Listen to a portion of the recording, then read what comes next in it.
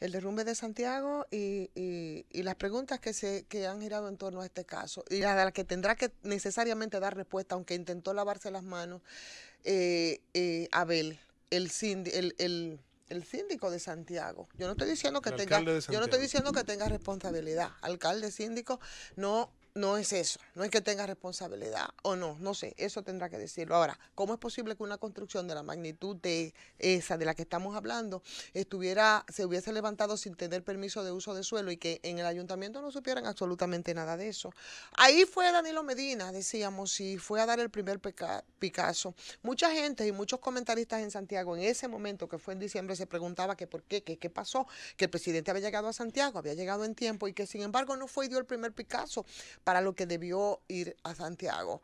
No hubo respuesta, se especuló mucho y todo se quedó en el marco de la especulación. Dentro de las especulaciones veía yo ayer a una a un analista que tiene un programa muy famoso en Santiago, decía precisamente en esto que se trataba quizás de uno de los inversionistas que parece que era un poco cuestionado o su dinero no estaba claro de dónde había salido. Especulación, por supuesto, era frente a la sorpresa que causó a muchos que el presidente Medina, que haya ido a dar el Picasso para la construcción de una obra de esa magnitud, simplemente no lo hiciera y ahora aquí tenemos nosotros unos resultados que dicen también en el marco de la especulación, habrá que hacer una investigación, que los muertos no son 5, como dicen, que son más, y entonces también eso es bueno que se aclare, que las informaciones sean precisas para que no se dé tampoco pie a esa especulación. Lavarse las manos como lo hizo Abel Martínez, el alcalde de Santiago, así nada más como que no tenía nada que ver, yo creo que no, yo creo que tiene que responder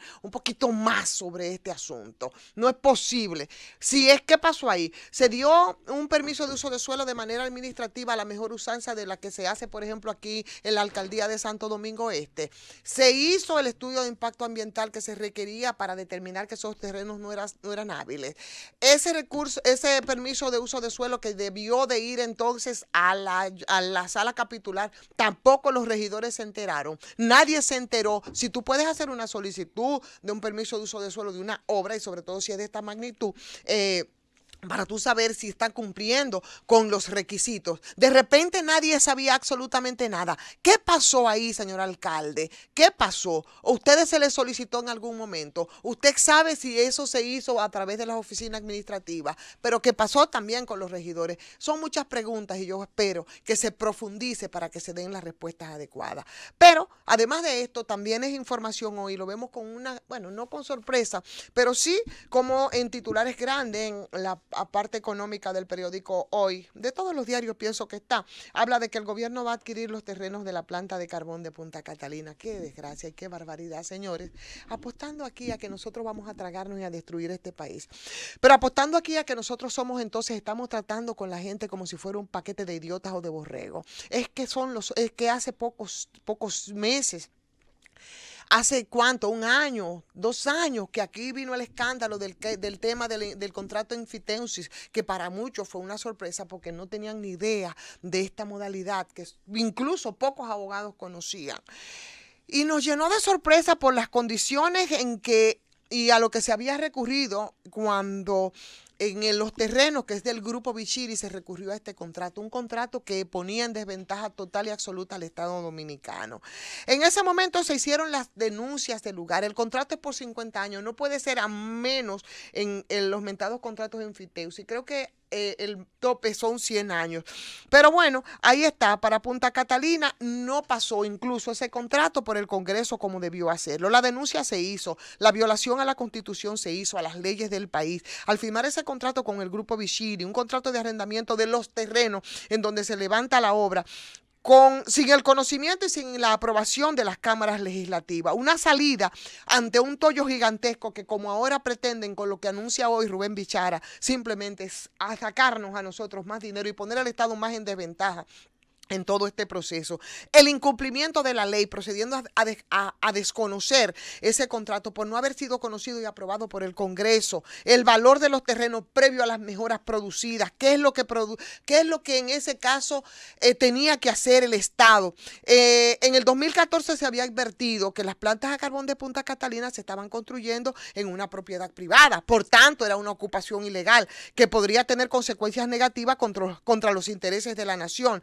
Entonces, se había hablado incluso, el Tribunal Constitucional había reconocido incluso el derecho de la entidad de tener acceso a un contrato de arrendamiento y que gracias a la decisión de ese tribunal, la opinión pública conoció del documento.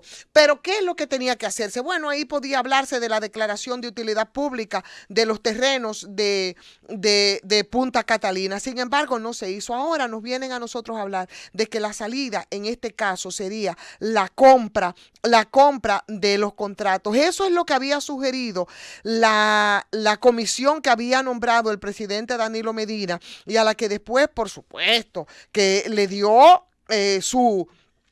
su premio, ¿verdad? Sobre todo esto, pero sobre la declaración de utilidad pública, que es lo que debió de hacer en principio, de los terrenos donde se construye la planta Punta Catalina. En el artículo 51.1 de la Constitución de la República se reconoce la capacidad del Estado de declarar utilidad pública en los terrenos bajo la condición de previo pago de su justo valor. No lo hicieron porque ahora entonces nosotros vamos a hacer una compra en las condiciones que le interesa a quién, al más beneficiado de todo esto que está ocurriendo ahí en Punta Catalina. ¿Quién es? El Grupo Vicini. Es decir, que esa declaración de utilidad pública debió ser anterior a que eso ocurra. Se le debe pagar entonces ahora al propietario el justo valor de su terreno porque el Estado, sin importarle que ese dinero va a salir de nuestro bolsillo, hizo las cosas todo al revés. El tiempo se terminó, del tema se va a seguir hablando porque, señores, no nos subestimen tanto y no pongan tanto, óyeme, no tiren tanta agua sobre el vaso porque con Punta Catalina y la mayor estafa que eso implica para el Estado, se va a reposar el vaso. ¡Llévatela!